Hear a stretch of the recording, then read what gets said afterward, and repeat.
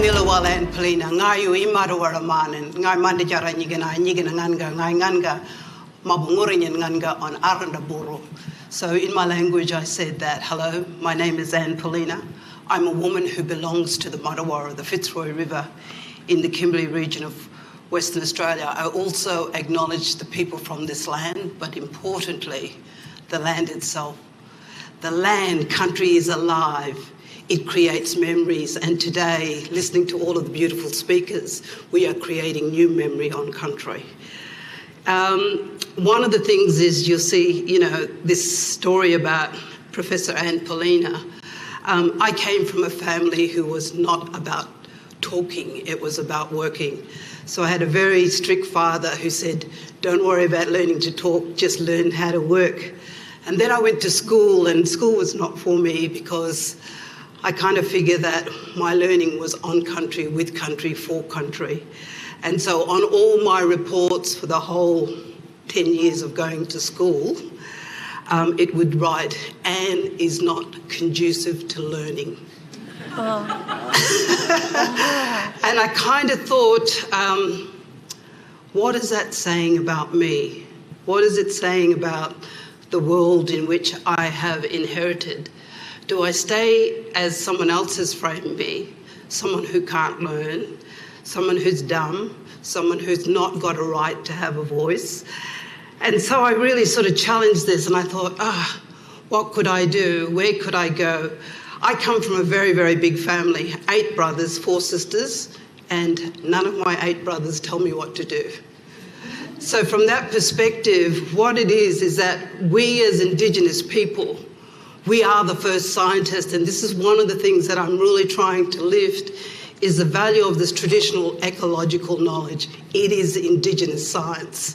First archaeologists, anthropologists, genetics, first Indigenous farmers in the world.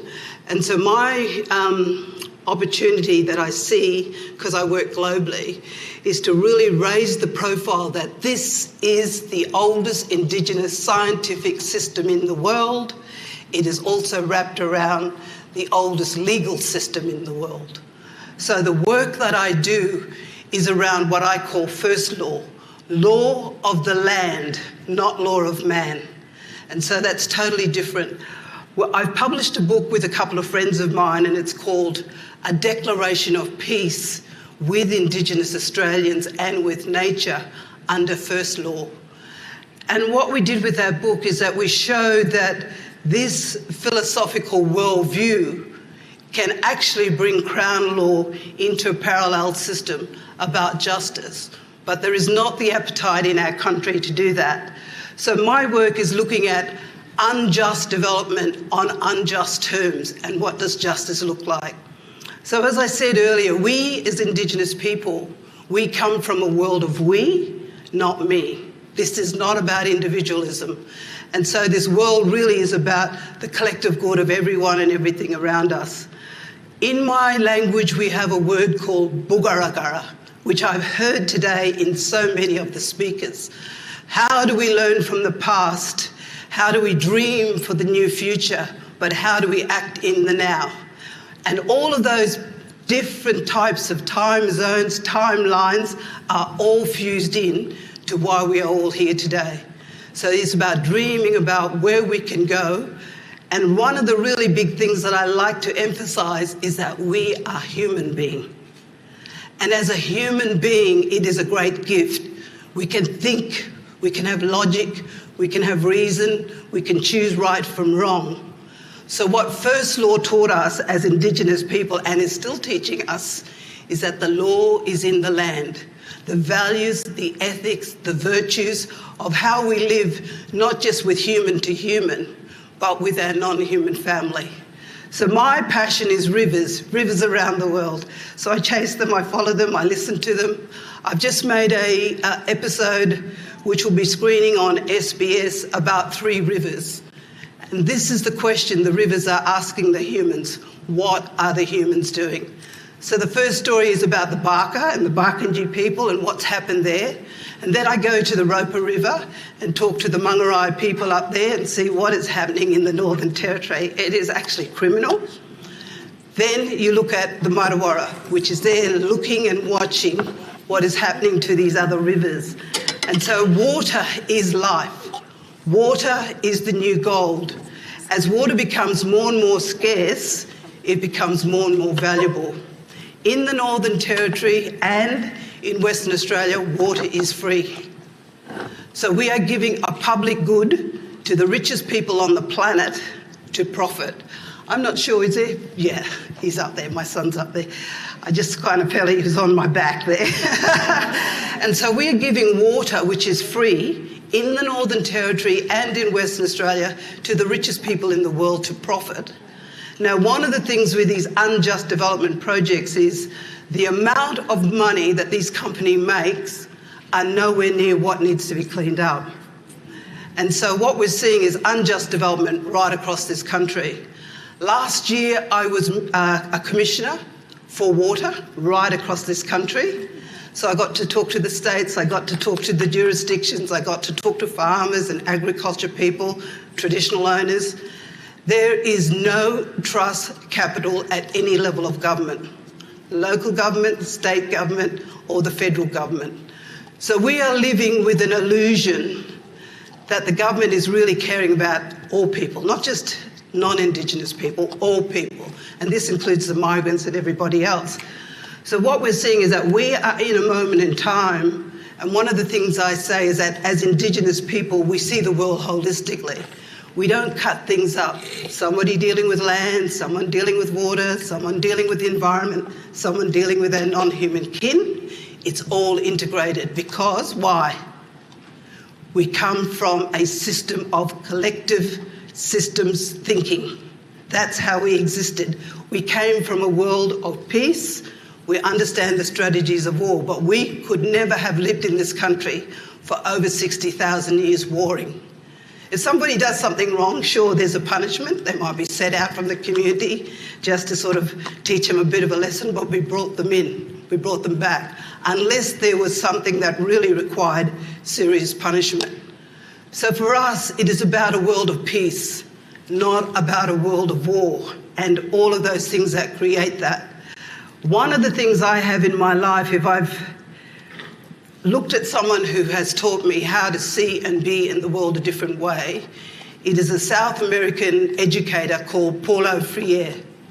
I'm not sure how many of you in the room know about him, but what he did, and it's just amazing, he mapped the characteristics of colonialism: manipulation, conflict, divide and rule, chaos, uncertainty. So you just keep everything in a milieu of chaos and uncertainty.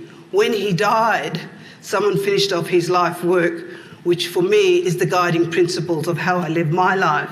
So it's about being unified. It's about being organised. It's about looking at the world from a cooperative paradigm, not a conflict paradigm. And one really, really important point is it's about cultural synthesis. And cultural synthesis really is about what we have as Indigenous people, collective wisdom that needs to inform systems thinking, and it does it such an amazing way. So one of the things that we're doing in the Kimberley is, this is not a job for me. This is my destiny. So I was born into this role. I have to stand up, be strong. I used to use the word brave, but I'm now going to pinch Benson's word about courage. It takes courage. We as leaders, particularly women, are exposed to extreme violence at a lateral level, at a systemic level, and even in our communities. So we need to have courage. We need to find those people who think the same way as us. How can we network? How can we work together? How can we show that this country can dream to have a future where non-Indigenous and Indigenous people can work together and come up with new ways of doing business? We cannot continue to have business as usual. Oil and gas, someone talked about the Adani mine. Over on the Pilbara coast, we have just committed to another 70 years of oil and gas, and this is just criminal. So one of the challenges for me is to start to think about, how do we find new ways to see development as freedom? How do Indigenous people come into these new economies? And Josh spoke about the agriculture economy. I don't know how many of you in the room understand that there is a new market being created called the nature positive market. And so there's very, very big conversations at the moment about, recognising Aboriginal people for being out there. I'm saying no, you're not recognising us, you're investing in us, and a big portion of that market, when it gets up, need to be quarantined as a sovereign wealth investment, so that Aboriginal people from that area have got money to be able to do the developments they want to do on their country. So this is a very, very big market that's starting up. It's starting up in Australia. And one of the things about this market is that it's not going to be given a lot of federal or state funding. It's going to rely on international investors. So what are we doing in the Kimberley? One, I'm the chair of what we call the Mudawara Fitzroy River Council. These are very, very senior elders who have become disillusioned with the Indigenous organisations, who've come together and said, we want to do this a different way. We want to be able to bring our cultural knowledge to the table. We want to grab our young leaders. We want to lift them up. We want to tell them that we love them, we want them to dream, and we want to stand by them. So the Mudawara Fitzroy River Council is a very unique Indigenous organisation because of the level of cultural authority, respect, love, care for each other, but most importantly, raising our young leaders up, showing them that they can have a dream and that we want them to reach their full potential as human beings. So the Mudawara Council has been going for probably about 6 to 8 years. And what we are doing right now is we are finding those bureaucrats in these systems that want to take a risk, that want to take a chance, that believe that they can bring transformation on the ground with our people if we work together.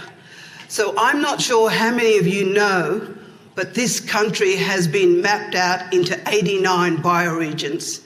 I've just come off the Murray-Darling Basin as the first Indigenous scientist, and I can tell you right now that system cannot work, it will not work, and it can't. Why? Because the scale's too big.